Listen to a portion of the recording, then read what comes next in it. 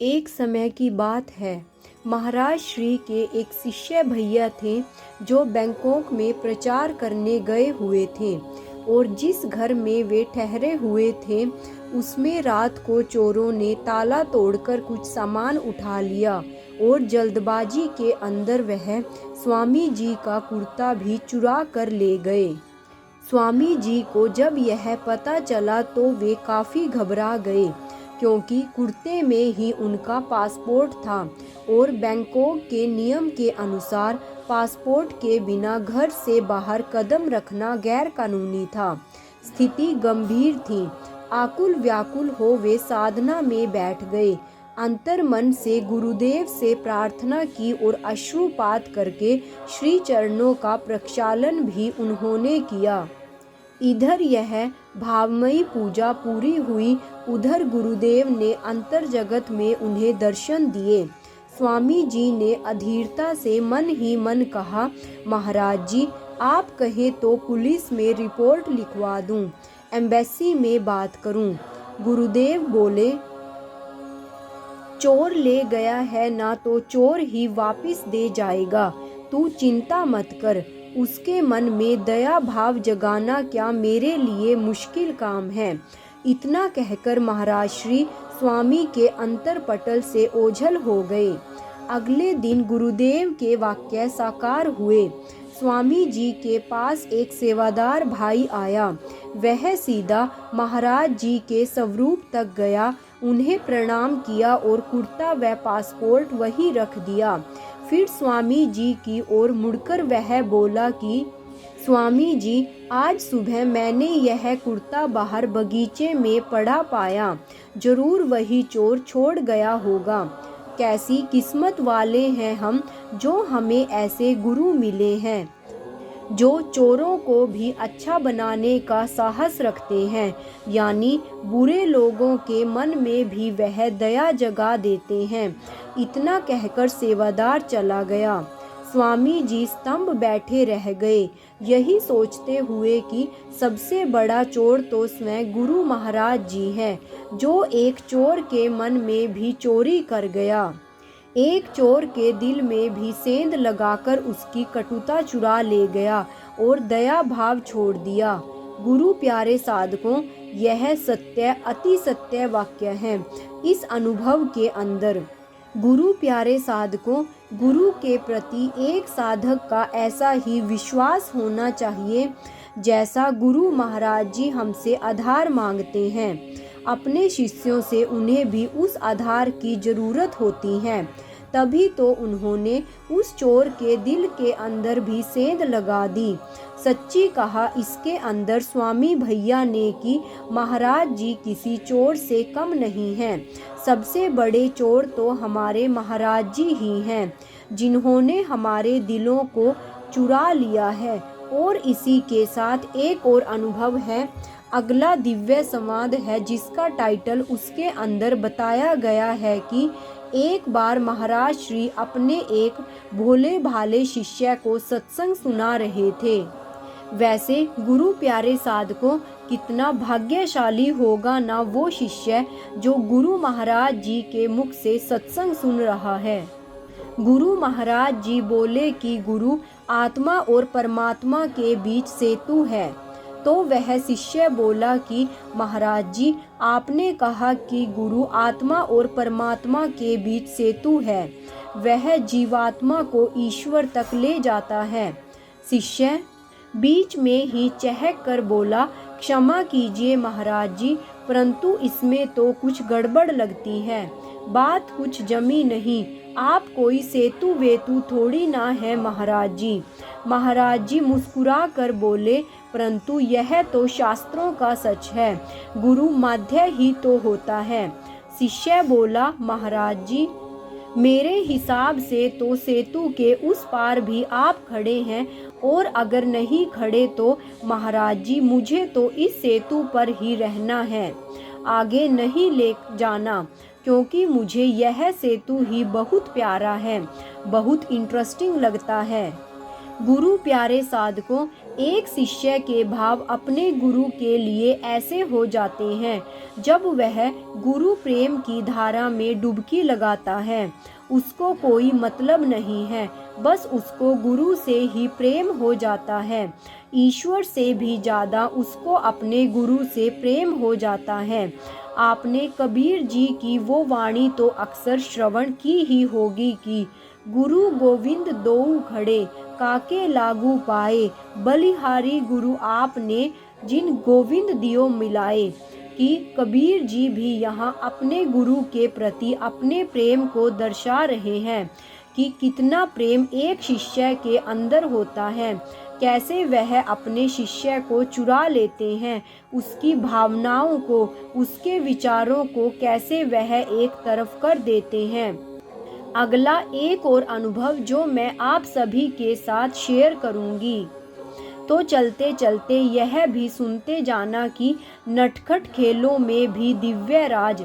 अभी अभी जो आपने दो अनुभव श्रवण किए हैं, शायद एक शिष्य के जीवन के अंदर ऐसे पल आते ही रहते हैं गुरु कृपा से हमारे जीवन के अंदर भी। और आप इन अनुभवों को श्रवण कर रहे हैं तो आपके जीवन में भी ऐसे बहुत अनुभव होंगे जो आपको गुरु महाराज जी से जोड़े रखें, गुरु महाराज जी से जोड़ दें। गुरु प्यारे साधकों, अगर आपको भी ऐसा कोई अनुभव होता है तो आप उसे संस्थान में ज़रूर बताएं, ज़रूर लिखवाया करें, ताकि आपके अनुभवों से दूसरों को प्रेरणा मिल सके, वो भी अपने जीवन में बदलाव ला सकें। गुरु महाराज जी की कृपा से लोगों को पता चलता है कि कैसे गुरु कृपा करते हैं अपने शिष्यों पर, कैसे वह उन्हें दर्शन देते हैं, कैसे वह उनके साथ लीलाएं रचते हैं। और अगला अनुभव कुछ इस प्रकार है कि जाने क्या उस दिन आशू बाबा के मन में समाई, बोले खूब सारे रंग बिरंगे प्यारे प्यारे लेकर आओ गुब्बारे। महाराज जी ने जैसे ही यह बात कही तो स्वामी भैया ने उसी समय बाजार की तरफ दुड़की लगाई, एक गुब्बारे वाले को अपने साथ आश्रम में ले आए। गुरु प्यारे साधकों, शायद आप में से बहुत से गुरु भाइयों और बहनों ने इस अनुभव को सत्संग में भी श्रवण किया होगा कि महाराज जी की आज्ञा को पाकर स्वामी भैया उसी समय गुब्बारे वाले को बुलाकर लेकर आते हैं। गुब्बारे वाला वहीं आश्रम के गेट पर बैठ जाता है और शुरू कर देता है गुब्बारों में हवा भरना। तो स्वामी भैया उनसे कहते हैं कि तुम यहीं पर बैठे बैठे अपने गुब्बारों को फुलाओ, जैसे ही हमारे महाराज श्री का आदेश होगा हम तुम्हें आवाज़ लगा लेंगे। कि वह गुब्बारे वाला अभी अपने गुब्बारों को फुला ही रहा था कि तभी जोर जोर से जय श्री राम के जयकारे लगने शुरू हुए। महाराज श्री छत पर आए और उन्होंने प्रसाद लीला शुरू कर दी। उन्होंने स्वामी भैया से गुब्बारे मंगवाए, किसी गुब्बारे के साथ केले को, किसी के साथ टॉफ़ी को, किसी के साथ कुछ ऐसे उन्होंने गुब्बारों के साथ प्रसाद को बांधकर संगत की तरफ फेंकना शुरू कर दिया। कुछ ही देर के बाद उस गुब्बारे वाले के सभी गुब्बारे खत्म हो गए और महाराज श्री भी अपने कक्ष में वापस चले गए।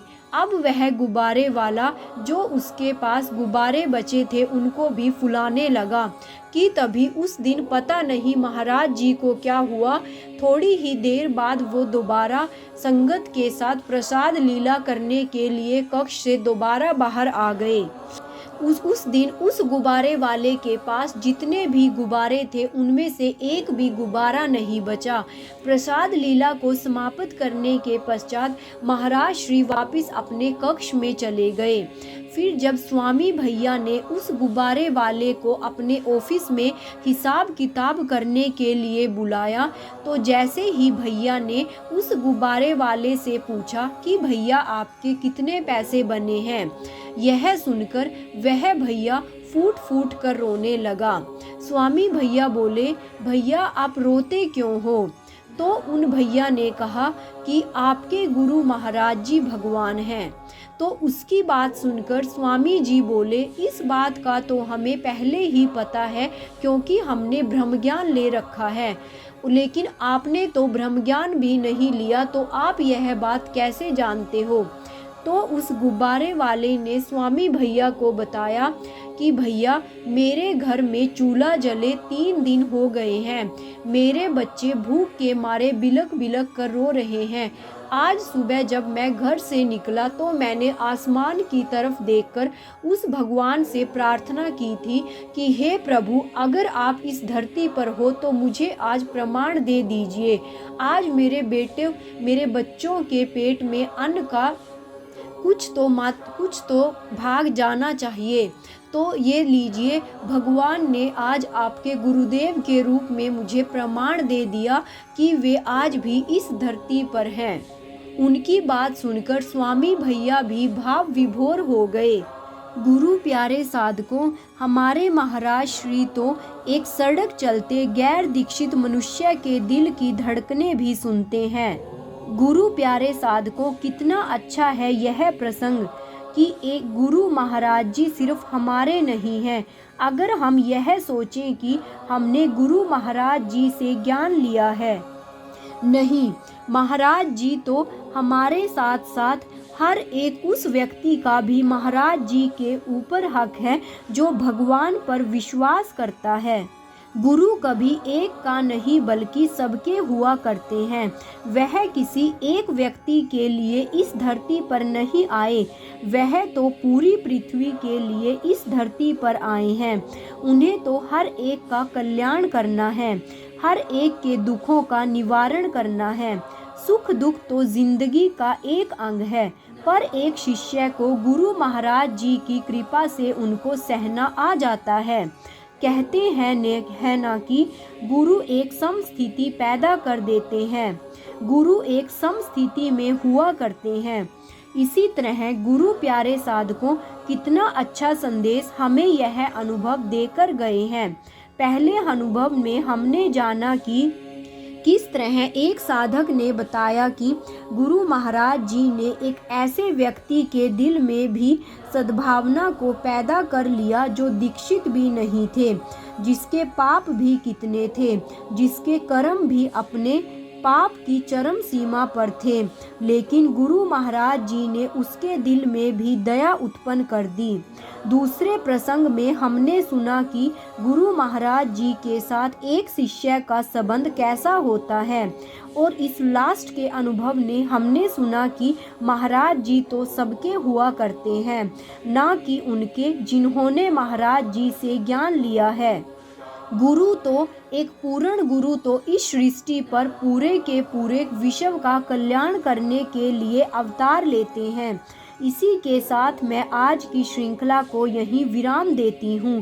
कल मिलते हैं एक नए अनुभव के साथ, जो आपके जीवन में एक नया उत्साह भर देगा, आपके जीवन को एक नई प्रेरणा देगा, एक नया मोड़ लेकर आएगा, तो आपको गुरु महाराज जी की तरफ मोड़ देगा। और इसी के साथ मैं आज के इस दिव्य अनुभव को यहीं समाप्त करती हूँ। तो बोलिए श्री सतगुरुदेव भगवान की जय, सच्चे दरबार की जय, आशु पिता भगवान की जय। जय श्री राम।